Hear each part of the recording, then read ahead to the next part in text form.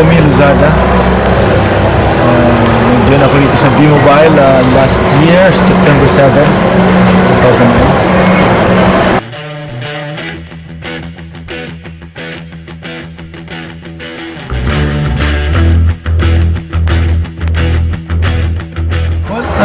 Ako bilang isang ordinary tao, pag-graduate ko, ako nag-work as lecturer sa WHO, tapos nagkaroon ako ng opportunity na mag-abroad as telemarketer. Tapos ako ay nakapag-ipon konti, nagnegosyo ako sa amin lugar sa Palawan, fish trading, bayan sila ng mga first class na mga isda. Pero yung pangyayaring yun, nung mga early, nung mga late ng August, yung nag-trigger sa akin para maghanap na ibang opportunity. Nakita ko yung V-Mobile sa internet.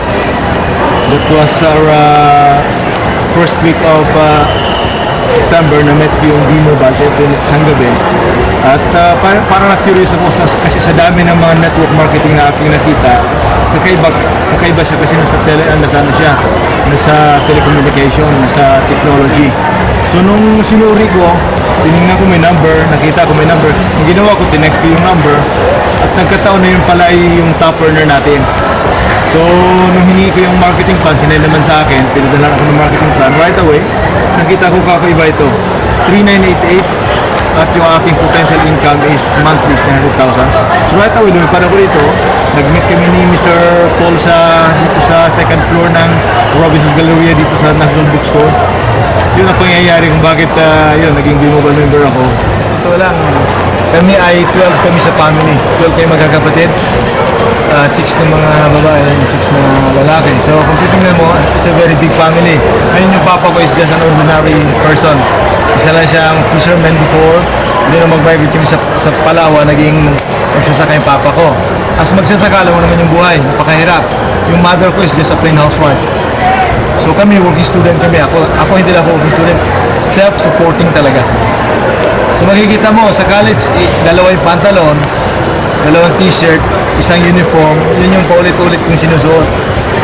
Kaya nung ako'y mag-graduate, talagang sumigaw ako ng todo. Ngayon nung makita ko yung V-Mobile, talagang grabe. Masasabi ko na from nothing to something ako. Hindi ko pa naman masasabi na I got everything, pero hindi pa rin. Wala pa rin eh. Pero masasabi ko na from nothing to something. Kasi yung aking lifestyle talaga na bago. Bakit? Dati-rati, yung mga bagay na hindi ko kinakain, nakakain ko. Mga bagay-bagay na hindi ko sinusuot, nasusuot ko. Yung mga kapatid ko, supposedly, expected na maging working student tulad ko rin. Pero ngayon, hindi na sila working student. Full-time student sila sa pag-aaral. Yung parents ko, dati nagninegosyo ng mga homemade candies, mga ganon. Nagsasaka ngayon. Sabi ko, please, wag na. Kasi sabi ko, 20,000 a week is already, I think, okay sa probinsya na buhay. So, kung sasabihin natin yung pagbabago ng buhay, grabe. Yung bang makatulong ka, napakasarap. Yung bang makapagbigay ka sa mahal mo sa buhay, pamilya mo. At the same time, yung satisfaction doon sa bagay na pinaghirapan mo. Kasi talagang mananamnam mo eh. Kasi dati hindi mo nabibili yung bagay nito, ngayon nabibili mo. So something talaga tuwa ako. So in just a matter of 6 months, nakabili ako ng sasakyan, nakabili ako ng bahay, may bank account, nakakatulong sa mga kapatid, magulang, pinsan, kamag-anak, lahat. So masasabi ko talagang kakaiba.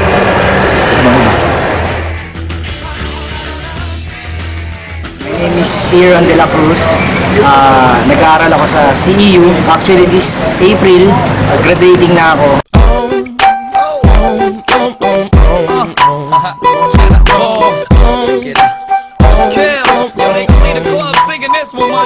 Actually, in-invite ako ng isang friend ko, which is si Anton. Anton, classmate ko siya sa isang subject, college. Tapos yun, sabi niya sa akin, negosyo daw, malit yung kapital, loading. So sabi ko, maganda, kasi loading, una-una maraming taong gumagamit. Kumbaga, all types of people gumagamit. Basta mabata, matanda, lahat gumagamit ng cellphone. So yun, maganda at nagustuhan ko siya.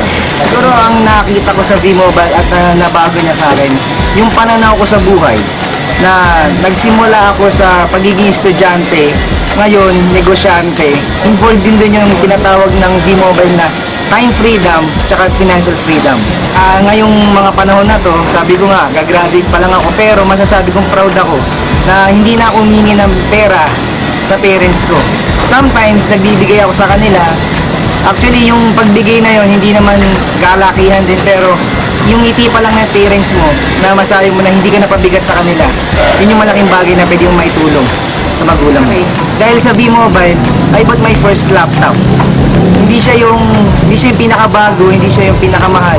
Pero masasabi kong yung bagay na yon nanggaling sa bulsa ko, at proud na proud din ako after no, nakala ko hindi ko mabibili yung pinapangarap kong kotse. Sabi nga, ang kotse, sabi nila, kailangan mo pag-ipunan ng matagal kung sa labas ang gagawin mo. Pero dahil sa V-Mobile, ayun yung first car ko. Nabili ko, isang Nissan Zephyro. With chain show, they call me the scarecrow. I'm looking for